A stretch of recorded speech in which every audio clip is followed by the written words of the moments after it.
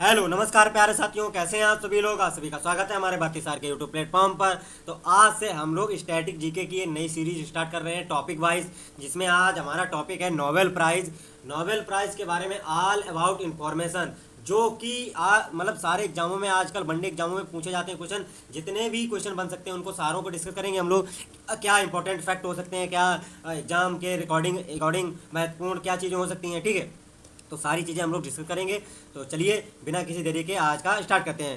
तो static GK Nobel prize संपूर्ण जानकारी, ठीक है। तो what is Nobel Prize, Nobel Prize क्या है, ठीक है। तो सबसे पहले इसकी शुरुआत जो हुई थी 1901 में नोबेल प्राइज की शुरुआत हुई थी, और विश्व का सर्वोच्च पुरस्कार है, ठीक है। और नोबेल पुरस्कार 6 क्षेत्रों में दिया जाता है, और इसकी राशि जो है लगभग 8 करोड़। और विश्व में कहीं भी आप आ जा सकते हैं, फ्लाइट आपकी फ्री रहेगी इस नोबेल प्राइज़ के तहत, ठीक है। और ये किन 6 क्षेत्रों में दिया जाता है, इनमें दिया जाता है, ठीक है।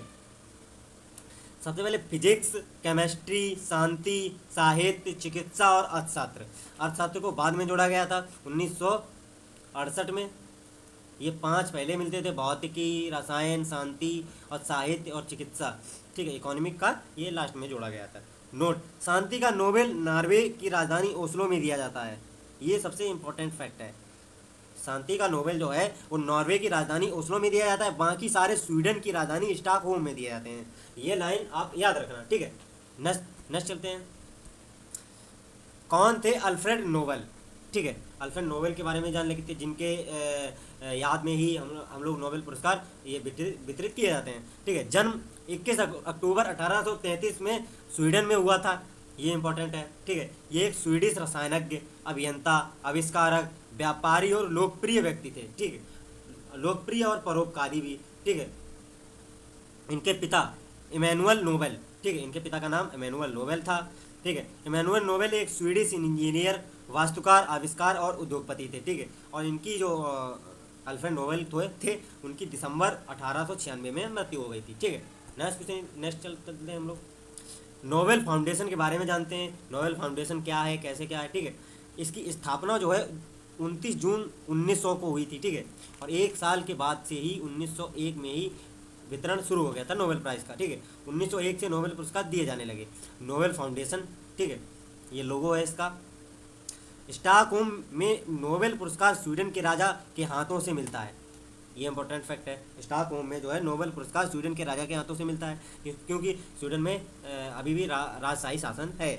और नोबेल पुरस्कार के लिए बनी समिति हर साल अक्टूबर में नोबेल पुरस्कार विजेताओं की घोषणा कर देती है, लेकिन यह पुरस्कारों का वितरण अल्फ्रेड नोबेल की पुण्यतिथि 10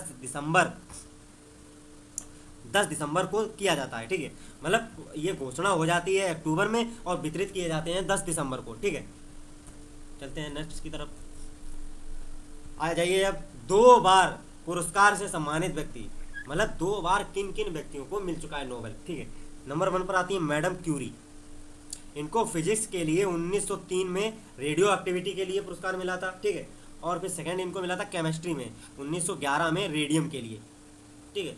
ये किसके लिए मिला, ये बहुत ही इंपॉर्टेंट है। और सन 1903 में रेडियो एक्टिविटी के लिए फिजिक्स में, और केमिस्ट्री में 1911 में रेडियम के लिए। यह एकमात्र ऐसी महिला है जिन्हें 2 बार नोबेल पुरस्कार दिया गया है, ठीक है। नोट, 1974 में यह नियम बना दिया गया कि मरणोपरांत किसी को नोबेल पुरस्कार नहीं मिलेगा।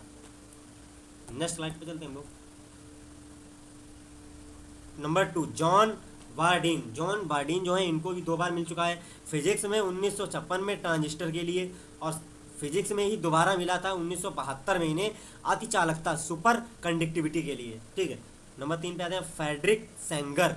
इनको केमिस्ट्री में मिला था 1958 में इंसुलिन के लिए, इंसुलिन के विकास के लिए, ठीक है। और इनको फिर से केमिस्ट्री में ही मिला था 1980 में डीएनए के विकास के लिए, ठीक है। नेक्स्ट स्लाइड पे चलते हैं हम लोग। और ये फ्रेडरिक सेंगर हैं, और ये सामने जॉन बार्डी हैं, ठीक है। 4 पे आते हैं लिनस पोलिंग। लिनस पोलिंग जो है इनको केमिस्ट्री में 1954 में केमिकल के लिए मिला है, और शांति के लिए मिल चुका है इनको पीस 1962 परमाणु के लिए। लिनक्स पोलिंग, ये है लिनक्स पोलिंग। बेरी शार्पलेस, इनको केमिस्ट्री में 2001 और 2022 में 2 बार मिला है, ठीक है। 2022 में क्लिक केमिस्ट्री और बायो ऑर्थोगोनल मतलब क्लिक केमिस्ट्री और बायो ऑर्थोगोनल केमिस्ट्री के विकास के लिए दिया गया था। नोट, यदि पुरस्कारों की घोषणा हो जाए और संबंधित व्यक्ति की मृत्यु हो जाए तो पुरस्कार दिया जाएगा, ये भी इम्पोर्टेंट है।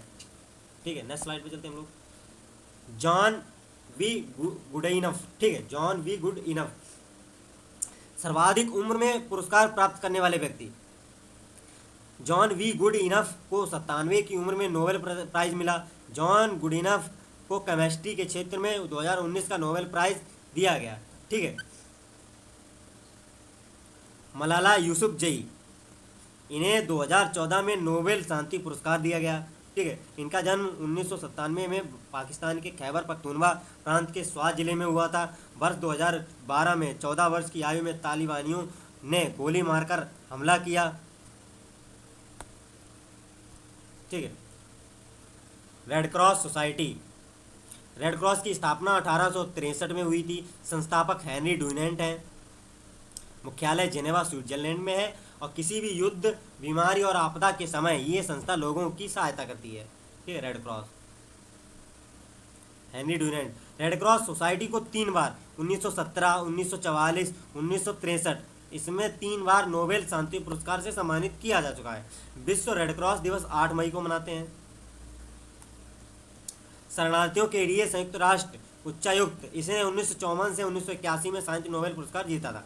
यूएनएचआरसी, ठीक है, यूएन रिफ्यूजी एजेंसी, इसका उद्देश्य शरणार्थियों की समस्या के प्रति आपात राहत, पुनर्वास सहायता, सुरक्षा तथा स्थायी निदान उपलब्ध कराना है। ठीक है, नेक्स्ट स्लाइड में चलते हैं हम लोग। नोबेल पुरस्कार के भारतीय विजेता कौन कौन रहे हैं, मतलब नोबेल पुरस्कार किन किन भारतीयों को अभी तक मिल चुका है। तो नंबर 1 पर आते हैं रविन्द्रनाथ टैगोर, सबसे इंपॉर्टेंट। रविन्द्रनाथ टैगोर को साहित्य का नोबेल मिला था 1913 में गीतांजलि काव्य संग्रह के लिए। पिछली बार पूछ लिया गया था कि रविन्द्रनाथ टैगोर द्वारा रचित गीतांजलि क्या है, काव्य संग्रह है कि रचना है, क्या है, निबंध है। तो इसमें इसका राइट आंसर था काव्य संग्रह।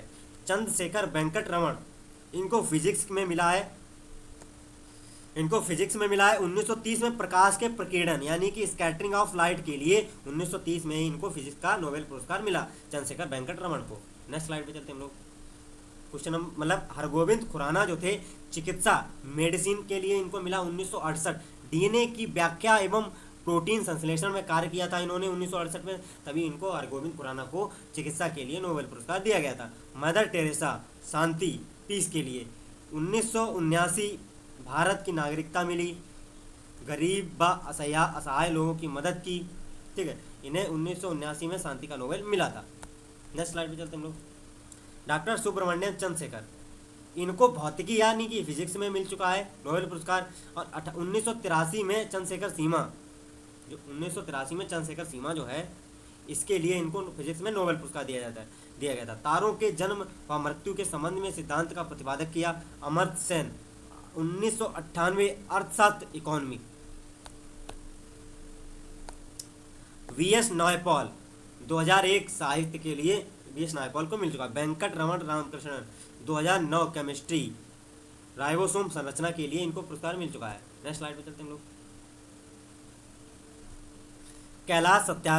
कैलाश सत्यार्थी को शांति के लिए नोबेल पुरस्कार दिया था, पीस शांति। इन्हें 2014 में मलाला यूसुफजई के साथ नोबेल पुरस्कार सम्मानित किया गया था। ये फैक्ट इंपॉर्टेंट है। इन्होंने बेटी बचाओ बेटी पढ़ाओ का नारा भी दिया, बच्चों की शिक्षा के लिए कार्य किया। ठीक है, अभिजीत बनर्जी जो है वो इकोनॉमिस्ट हैं, एक अर्थशास्त्री हैं। ठीक है, इन्हें इकोनॉमिक में ही 2019 का नोबेल प्राइज दिया गया था। अपनी पत्नी एस्थर डफलो के साथ संयुक्त रूप से नोबेल पुरस्कार जीता था। ठीक है, नेक्स्ट स्लाइड पे चलते हैं हम लोग। महात्मा गांधी को सन 1937, 38, 39 और 47 में नॉमिनेशन मिला, परंतु नोबेल पुरस्कार नहीं मिला। फिर आखिरी बार इन्हें 1948 में नॉमिनेशन नामांकित किया लेकिन महज 4 दिनों के बाद उनकी हत्या कर दी गई थी। ठीक है, नेक्स्ट स्लाइड पे चलते हैं हम लोग। तो चलिए अब हम लोगों ने थ्योरी डिस्कस कर ली है। अब क्वेश्चन आंसर लगाते हैं, देखें कितने का आंसर आप दे सकते हैं। ठीक है, क्वेश्चन नंबर 1, इनमें से किसे 2 बार नोबेल पुरस्कार मिल चुका है। ठीक है, तो इसका राइट आंसर होगा ऑप्शन नंबर सी, 1, 2 एंड 3 इनको 2 बार नोबेल पुरस्कार मिल चुका है। जॉन बार्डीन, ठीक है, मैडम क्यूरी, वेरी शार्पलेस। ठीक है, नेक्स्ट क्वेश्चन इधर चलते हैं हम लोग। क्वेश्चन नंबर 2, मलाला यूसुफजई को किस वर्ष नोबेल पुरस्कार मिला? इसका राइट आंसर होगा ऑप्शन नंबर फर्स्ट 2014। ठीक है, नेक्स्ट क्वेश्चन नंबर 3, इनमें से किस भारतीय को नोबेल पुरस्कार मिला है? ठीक है, तो इसका राइट आंसर होगा ऑप्शन नंबर बी 2, 3 और 4। ठीक है, रविन्द्रनाथ टैगोर, चंद्रशेखर वेंकट रमन और अमर्त्य सेन। इन तीनों को चैनल सब्सक्राइब कर लो। ठीक है, तो इन तीनों को, रविन्द्रनाथ टैगोर जो है, चंद्रशेखर वेंकट रमन है, अमर्त्य सेन है, इन तीनों को ही नोबेल पुरस्कार मिल चुका है, जिसमें रविन्द्रनाथ टैगोर जो है वो उनको सबसे पहले 1913 में दिया गया था। ठीक है, नेक्स्ट क्वेश्चन करते हैं हम लोग।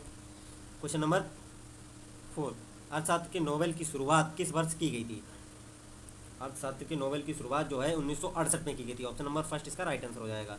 नेक्स्ट क्वेश्चन की तरफ चलते हैं हम लोग।